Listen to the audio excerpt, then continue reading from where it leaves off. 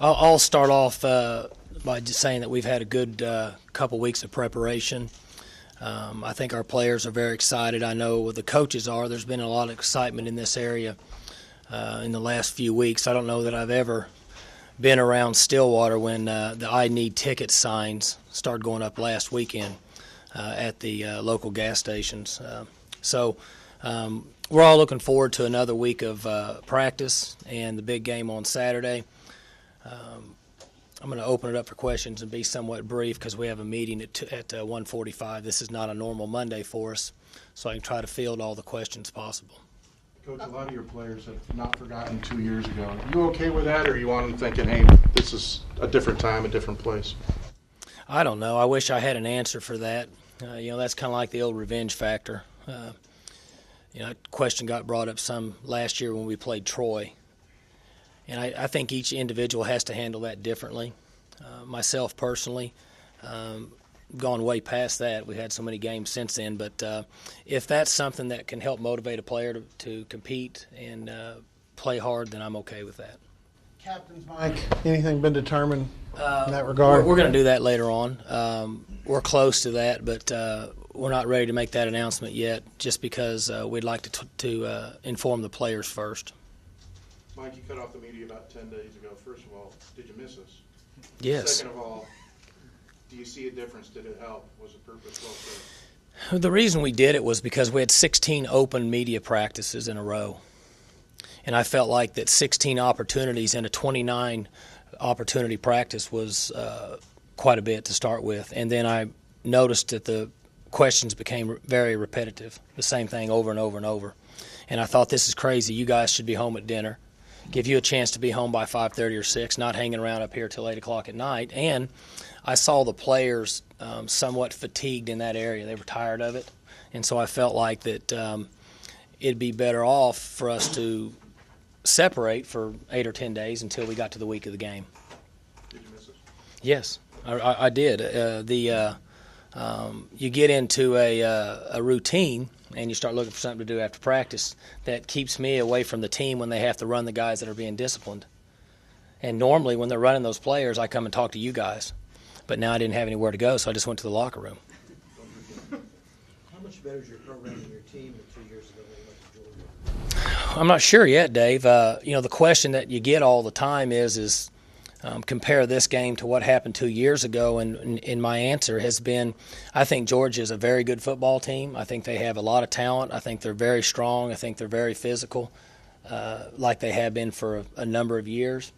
But I think that our football team overall in all three phases, and from an organizational standpoint, I think we're a better team than we were. I think Georgia's as good as they were when we played them 2 years ago.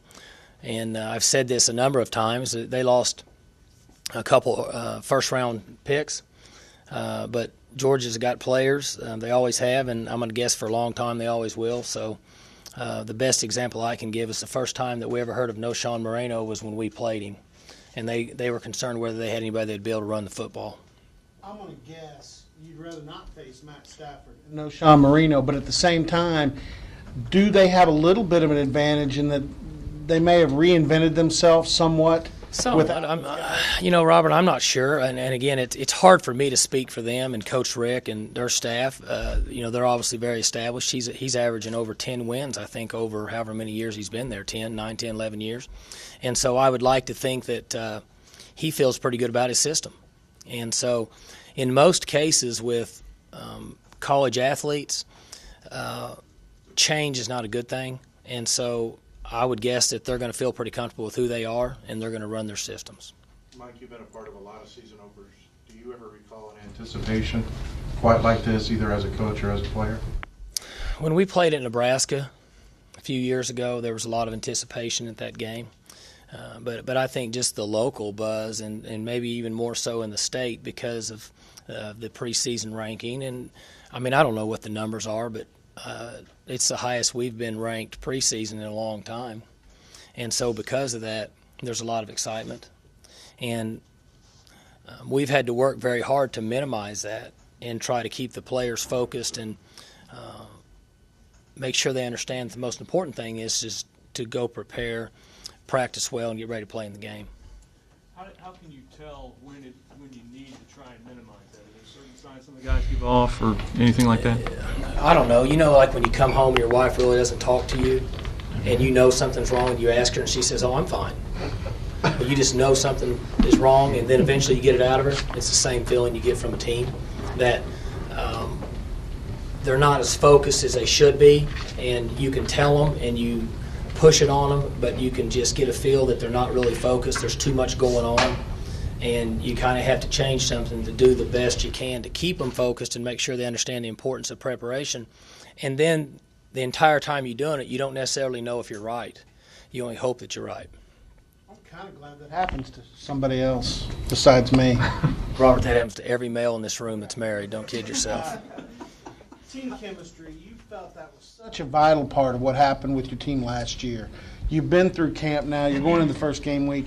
Can you compare the team, because every team's different, can you compare what you had last year to this year? Oh, it's hard until you get into a season where you have good times and bad times, and I think that that chemistry is so important in order to handle the good things and keep them in check, but then also when something bad happens, whether it's in a game or in a practice or on the field or off the field, how the guys stick together and don't necessarily see the issues outside but only stay focused on what the goal is. So it's really hard to tell, but I feel good about our team in the spring. I felt good about them. I liked the way they trained in the summer. Coach Glass was very excited about their work ethic, and I think we've had a good preseason camp. Boone Pickens told a Dallas paper today that if you go into bed undefeated, he'll pee his pants. I wonder, things like that, all that expectation, what kind of pressure does that put on you? Me personally? Well, prior to me signing my contract, it was a lot. But since then, it cuts about that much of it off, if you understand what I'm saying. I think any time that you have somebody that is as well known and has put as much into our program as he has, we want to perform well for our team, the university, the fans, and then everybody else out there. And myself personally, I mean, we put so much pressure on ourselves as coaches that